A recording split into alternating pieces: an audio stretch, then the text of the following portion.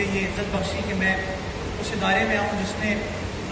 تحریک پاکستان میں بھی ایک بڑا اہم کردار ادا کیا قائد اعظم کے حوالے سے، اور ایک بہت بڑا ادارہ ہے۔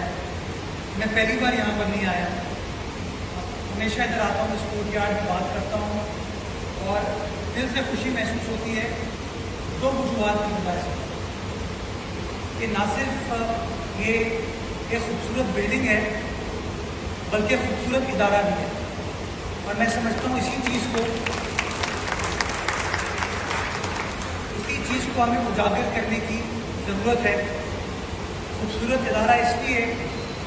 کہ 1885 سے لے کے آج تک 147 سال اس ادارے کو انسانیت کی خدمت کرتے ہوئے ہو گئے ہیں، لوگوں کو تعلیم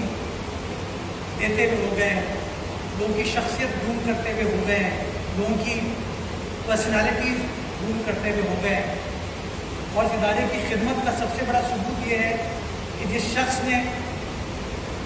پاکستان ہم سب کے لیے کریٹ کیا، جدوجہد کے ساتھ، اپنی دانش مندی کے ساتھ، اپنی محنت کے ساتھ، اس نے اپنی ابتدائی زندگی، جس نے پاکستان قائم کیا، جس نے پاکستان کو فارم کرنے میں اپنا کردار ادا کیا، اس کے فارم